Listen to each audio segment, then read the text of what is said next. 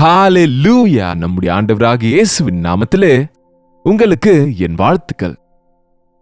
இன்றைக்கு டிசம்பர் 23ஆம் தேதி. 25ஆம் தேதி கிறிஸ்துமஸ் என்று ஒரு மாதம் முழுவதும் அநேகர் கொண்டாட்டங்களை செய்கிறாங்க. கிறிஸ்துவனுடைய பிறப்பை, அவருடைய வருகையை நினைவுபடுத்திக் கொள்கிறாங்க. ரொம்ப சந்தோஷம். ஆனா ஒரு சிலர் இதை வியாபாரமா, வழக்கமா, பாரம்பரியம் என்று பின்பற்றுகிறாங்க. இது ரொம்ப வேதனைங்க.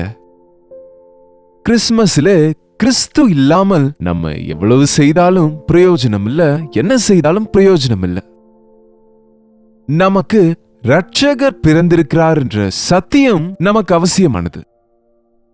இந்த சந்தர்ப்பமாய் அநேகர் ஸ்டார்ஸ் கட்டி கொள்ளுவாங்க. இதோ எனக்கு பின்ன இருக்கிற கிறிஸ்துமஸ் ட்ரீயை வைத்துக் கொள்ளுவாங்க. இன்னும் சாண்டா கிளாஸ் ஹடாவடி செய்வாங்க, கிறிஸ்துமஸ் தாத்தா என்று. இதெல்லாம் ஒரு காரணத்தோடு தான் தொடங்கினது. இதெல்லாம் ஸ்பிரிச்சுவலாக தான் இருந்ததுங்க. ஆனா இன்றைக்கு ஆர்ப்பாட்டங்களின் நடுவே இதனுடைய அர்த்தத்தை மறந்து விடுகிறோம். இயேசு ஆண்டவர் பிறந்த பொழுது நட்சத்திரம் பிறந்தது. அந்த நட்சத்திரத்தின் காரியங்களை அறிந்த அந்த சாஸ்திரிகள் நட்சத்திரத்தின் விசேஷத்தை கண்டு இயேசு கிறிஸ்துவுக்காக அவர் இரட்சகராய் யூதர்களின் ராஜாவாய் பிறந்தார் என்று அறிந்து தேடிக்கொண்டு வந்தபோது அந்த நட்சத்திரம் அவங்களுக்கு வழி காண்பித்தது. ரொம்ப தூரத்திலிருந்து வந்தது போல சரித்திரம் சொல்லுது. கிழக்கு தேசத்து சாஸ்திரிகள் பாலஸ்தீனாக்கு சென்றாங்க. அந்த நட்சத்திரத்துக்கு அடையாளமா இன்றைக்கு நம்ம ஸ்டார்ஸ் கட்டி கொள்ளுகிறோம். எஸ், ஒரு வீட்டின் மேல ஸ்டார் இருக்கும்போது இது இயேசு ஆண்டவரை நம்புகிறவங்க வீடு என்று இந்த உலகத்துக்கு நாம சாட்சி கொடுப்பதா இருக்கும். ஆனா ஸ்டார் வீட்டின் மேல இருந்து இருதயத்துக்குள்ள கிறிஸ்து இல்லாவிட்டா, உங்க சாட்சி சரியா இல்லாவிட்டா, தேவ நாமத்துக்கு மகிமை அல்ல, வெட்கம் வரும் இல்லையாங்க? மேலும் இந்த கிறிஸ்துமஸ் ட்ரீ என்பது அந்த நாட்களில் எப்பொழுதும் ஒரு ட்ரீ என்பது ஒரு விக்கிர ஆராதனைக்கு என்றால் அதை வெட்டி அதனால பொம்மைகள் செய்வார்கள் என்று நாமும் வேதத்துல பார்க்கிறோம். ஆகவே ஒரு சிலர் நாம மரத்தை வெட்டி அப்படி வைக்க கூடாது என்று, இதை வைக்கவே கூடாது என்று சிலர் சொல்வதுண்டு. அதை தொழுது கொள்ளக்கூடாது என்பது உண்மை. ஆனால் ஆதி சபையில முதலில் ஜெர்மனியில இந்த கிறிஸ்துமஸ் ட்ரீ தொடங்கியது. அது பார்க்கிற பிள்ளைகளுக்கு ஒரு கண் விருந்தா இருப்பதற்கு அது ஃபுல்லா பரிசுகளை கட்டி அதையெல்லாம் பிள்ளைகளுக்கு பிரசன்ஸ் ஆக கொடுக்க அது தொடங்கப்பட்டது. நாமே ட்ரீ வைத்து திரும்ப உள்ளெடுத்து வைத்து திரும்ப வெளியே வைப்பதல்ல, அதை அதுல அநேக பரிசுகளை கட்டி அதை பிள்ளைகள் எல்லாருக்கும் பகிர்ந்து உங்களைப் போலவே இயேசு ஆண்டவர் பாலனாக பிறந்தார் என்று சொல்லுவதற்கு. சோ இதை அர்த்தத்தோடு பின்பற்றி இதன் மூலமா கொடுப்பதற்கு முக்கியத்துவம் கொடுத்தா அதனால தப்பு ஒன்றும் இல்லை. பட் அதற்கு முக்கியத்துவம் கொடுத்து கிறிஸ்துவுக்கு இடமில்லாவிட்டா அது பயனில்லை. சாண்டா கிளாஸ் கிறிஸ்துமஸ் தாத்தா என்பாங்க. சென்ட் நிக்கோலஸ் ஆதி சபையிலே எவ்வளவோ பரிசுத்தராக வாழ்ந்த ஒரு செல்வந்தனாகிய நபர் ஏழைகளுக்கு இறங்கி ஏழைகளுக்கு பரிசுகளை கொடுத்து கொண்டிருந்தார். அந்த காலத்துல ஒரு பழக்கம் இருந்தது. பிள்ளைகள் தங்களுக்கு வேண்டியவைகளை பேப்பர் மேல எழுதி அவங்க சாக்ஸை ஒரு கயிற்றில கட்டி வைத்தால் காலையிலேயே இந்த தாத்தா, கிறிஸ்துமஸ் தாத்தா, அவங்க அந்த ஸ்லிப்ல எழுதியிருக்கிற அவங்களுடைய தேவைகளை அந்த கிஃப்டாக வாங்கி அதிலே வைத்து கொடுப்பாராம். கிறிஸ்துமஸ் என்றால் கொடுப்பதுங்க. சரி, இதுவரைக்கும் நீங்க யாருக்காவது ஏதாவது கொடுத்தீங்களா? யாருக்காவது ஏதாவது கொடுத்தீங்களா? அந்த காலத்துல கிறிஸ்துமஸ் கிரீட்டிங்ஸை அனுப்புவாங்க. இன்றைக்கு அந்த கிரீட்டிங் கார்ட்ஸ் விட்டு வாட்ஸ்அப் மெசேஜஸ் அனுப்புகிறாங்க. இந்த கிறிஸ்துமஸ் சந்தர்ப்பமா பிதா தம்முடைய குமாரனை நமக்காக கொடுத்தாரு, நாமும் மற்றவங்களுக்கு கொடுக்கணுங்க. அது முக்கியமானதுங்க. வெறுமனே உலக சம்பந்தப்பட்ட வெகுமதிகளை மட்டுமல்ல, கிறிஸ்துவையே நாம வெகுமதியா கொடுத்தால், இரட்சகரை மற்றவங்களுக்கு தெரியப்படுத்தினால் அது உண்மையான செலிப்ரேஷன். அர்த்தமுள்ள விதத்திலே இந்த கிறிஸ்துமஸை ஆசரிப்போம். ஆவியோடும் சத்தியத்தோடும் அவரை ஆராதிப்போம். ஒரு சிறிய ஜெபம். பரிசுத்தரே, உமக்கு நன்றி ஆண்டவரே. இன்னொரு முறை உம்முடைய பாத சமூகத்திலே கூடியிருக்கிறோம். இன்றைக்கும் உம்முடைய அன்பை எங்களுக்கு நீர் வெளிப்படுத்தும். உம்முடைய பிறப்பை நினைவு கூறுகிற இந்த நேரத்திலே எங்களுடைய ஆவிக்குரிய வாழ்க்கைக்கு தேவையான சத்தியங்களை கற்றுக்கொள்ள உதவி செய்யும்படிக்கு இயேசுவின் நாமத்தில் ஜெபிக்கிறோம் நல்ல பிதாவே, ஆமென்.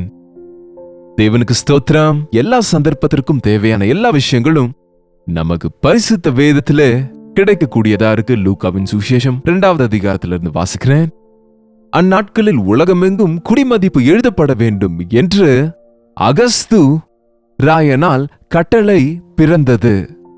சிரிய நாட்டிலே சிரேனியு என்பவன் தேசாதிபதியாய் இருந்தபோது இந்த முதலாம் குடிமதிப்பு உண்டாயிற்று. அந்தபடி குடிமதிப்பு எழுதப்படும்படிக்கு எல்லாரும் தங்கள் தங்கள் ஊர்களுக்கு போனார்கள். யோசேப்பும் தான் தாவீதின் வம்சத்தானும் குடும்பத்தானுமாயிருந்தபடினாலே தனக்கு மனைவியாக நியமிக்கப்பட்டு கர்ப்பவதியான மரியாளுடனே குடிமதிப்பு எழுதப்படும்படி கலிலேயா நாட்டிலுள்ள நாசரேத்தூரிலிருந்து யூதேயா நாட்டிலுள்ள பெத்லகேம் என்னும் தாவீதின் ஊருக்கு போனான். அவ்விடத்திலே அவர்கள் இருக்கையில் அவளுக்கு பிரசவ காலம் நேரிட்டது. அவள் தன் முதல் பேரான குமாரனை பெற்று சத்திரத்திலே அவர்களுக்கு இடம் இல்லாதிருந்தபடியினால் பிள்ளை துணிகளில் சுற்றி முன்னணையிலே கிடத்தினாள். சுருக்கமாய் கிறிஸ்துவின் பிறப்பின் விஷயங்களை குறித்து நாம் இங்கே பார்க்கிறோம்.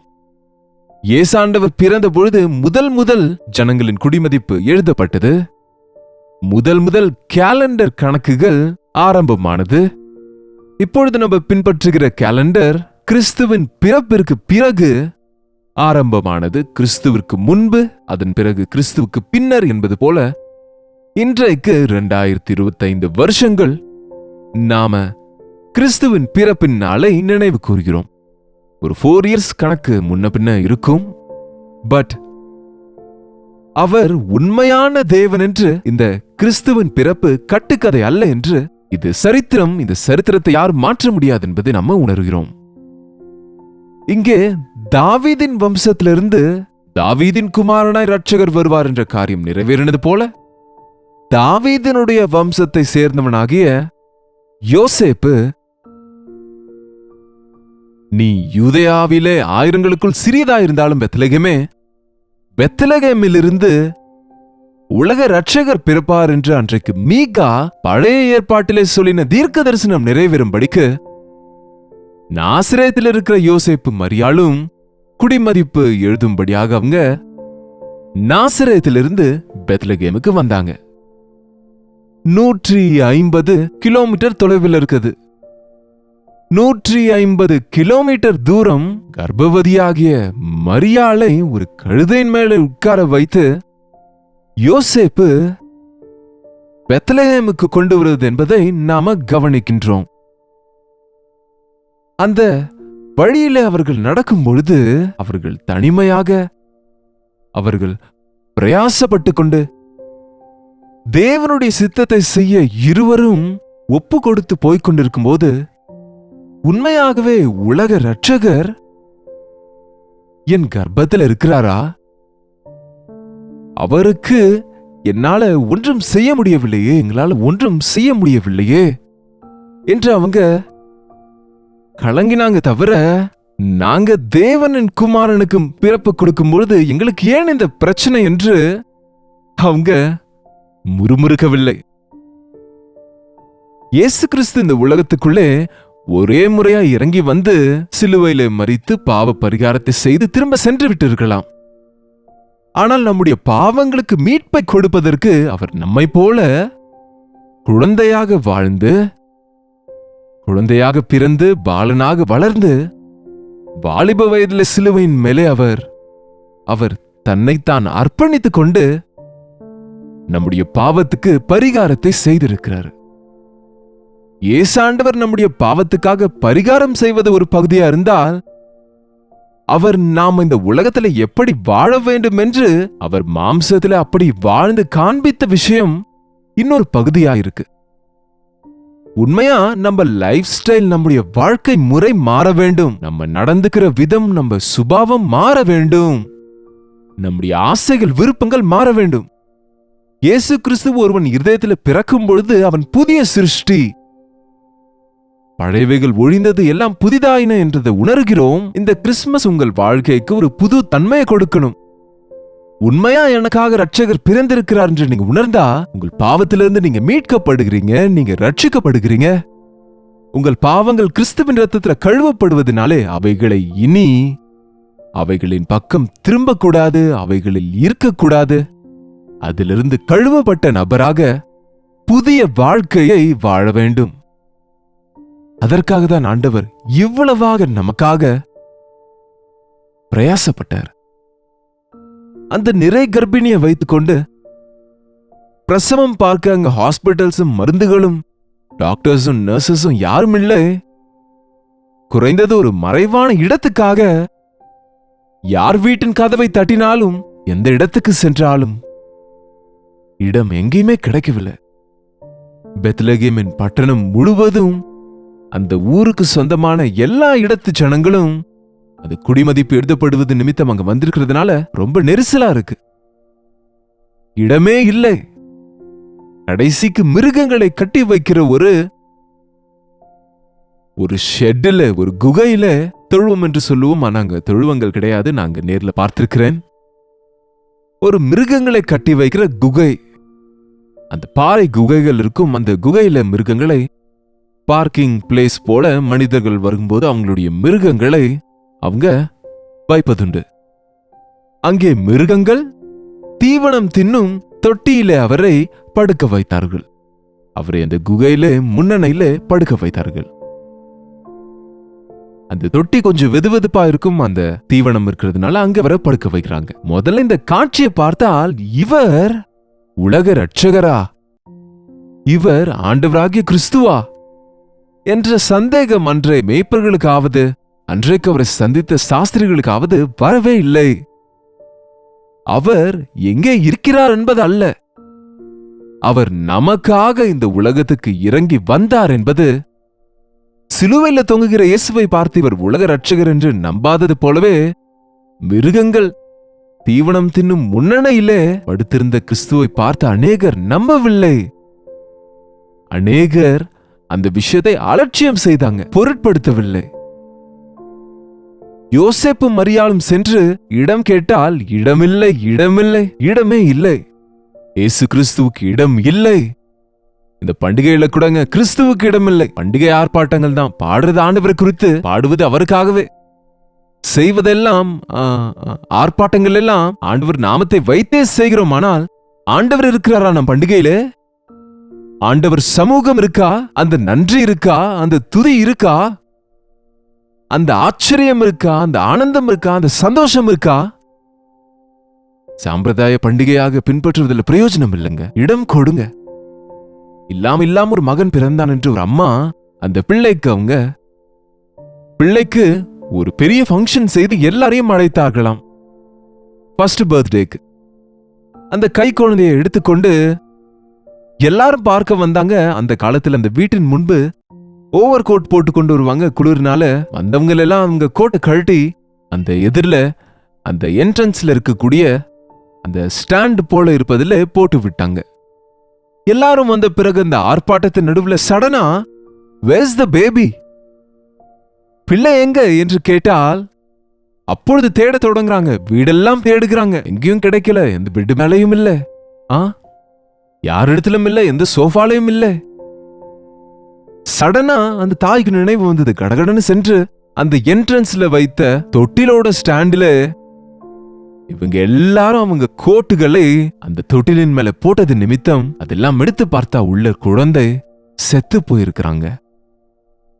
ஆர்ப்பாட்டங்களின் நடுவே முக்கியமான விஷயத்தை மறந்து போகிறவர்களாக, கர்த்தருக்கு இடம் கொடுக்காதவங்களா இருக்கிறாங்க. இன்றைக்கு ஆண்டவர் கேட்கிறாரு, இடம் கொடுங்கள். உங்கள் பண்டிகையில எனக்கு இடம் கொடுங்கள். உங்கள் இருதயத்தில் எனக்கு இடம் கொடுங்க. உங்கள் ஆலயத்தில் எனக்கு இடம் கொடுங்கள். என்னை பேச விடுங்கள். என்னை சந்திக்க விடுங்கள். என்னை ஆசீர்வதிக்க விடுங்க. என்னை நினைவு கூறுங்கள். யாயிருவின் மகள் மரித்து விட்டால், ஐயா எங்க வீட்டுக்கு வாங்க என்றாரு. அந்த தகப்பன் இயேசுவை கேட்கிறாரு. ஆண்டவர் அந்த வீட்டுக்கு போவதுக்குள் அவர் தாமதித்தார் என்று அந்த பிள்ளை செத்து போயிற்று என்று அங்கே கூட்டம் கூடி விட்டாங்க. ஜனம் எல்லாரும் அங்க அநேகர் வந்து விட்டாங்க. பாருங்க, செத்தவங்க வீட்லயும் அநேகர் ஆர்ப்பாட்டங்களை செய்கிறாங்கல்ல. பேண்ட் மேளங்கள், பூ மாலைகள், அது இது என்று கூட்டம் கூட்டமா இருக்கிறாங்க. ஆண்டவர் போவதுக்குள்ள அங்க அவருக்கு இடமே கொடுக்கல. அவர் சொன்னார், இடம் கொடுங்கள். நான் அந்த பிள்ளையை எழுப்புவேன் என்று அவர் இடம் கொடுங்கள் என்று தள்ளிக்கொண்டு சென்று அந்த பிள்ளையின் மீது கைகளை வைத்தபோது இறந்த பிள்ளை உயிரோடு எழும்பி விட்டாளுங்க. ஆண்டவருக்கு இடம் கொடுத்தால் அங்கே ஜீவன் இருக்கும். ஆண்டவருக்கு இடம் இல்லாத இடம் அங்கே ஜீவன் இருக்காது. ஆர்டிபிஷியலா எவ்வளவு ஆர்ப்பாட்டங்கள் இருந்தாலும் கூட ஆவின் காரியம் நடக்க வேண்டும் என்றால் இயேசுவுக்கு இடம் கொடுக்கணுங்க. உண்மையான கிறிஸ்துமஸை எப்படி ஆசரிக்கணுமோ இன்றையிலிருந்தே நாம தொடங்கலாங்க. இந்த காலம் முழுவதும், வாழ்க்கை முழுவதும் ஆண்டவருடைய அன்பை நினைத்துக் கொண்டுதான் இருக்கணுங்க. தனிமையா சென்று உங்களுக்காக, உங்களை போன்றவனுக்காக பரலோகத்தை விட்டு எல்லா பாடுகளும் பட்டு, அவ்வளவாய் புறக்கணிக்கப்பட்டு, அவ்வளவாய் அவமானப்பட்டு, உனக்காக இந்த உலகத்துக்கு வந்து உனக்காக சிலுவையில உயிரை கொடுத்த இயேசுவின் அன்பை நினைத்தால்,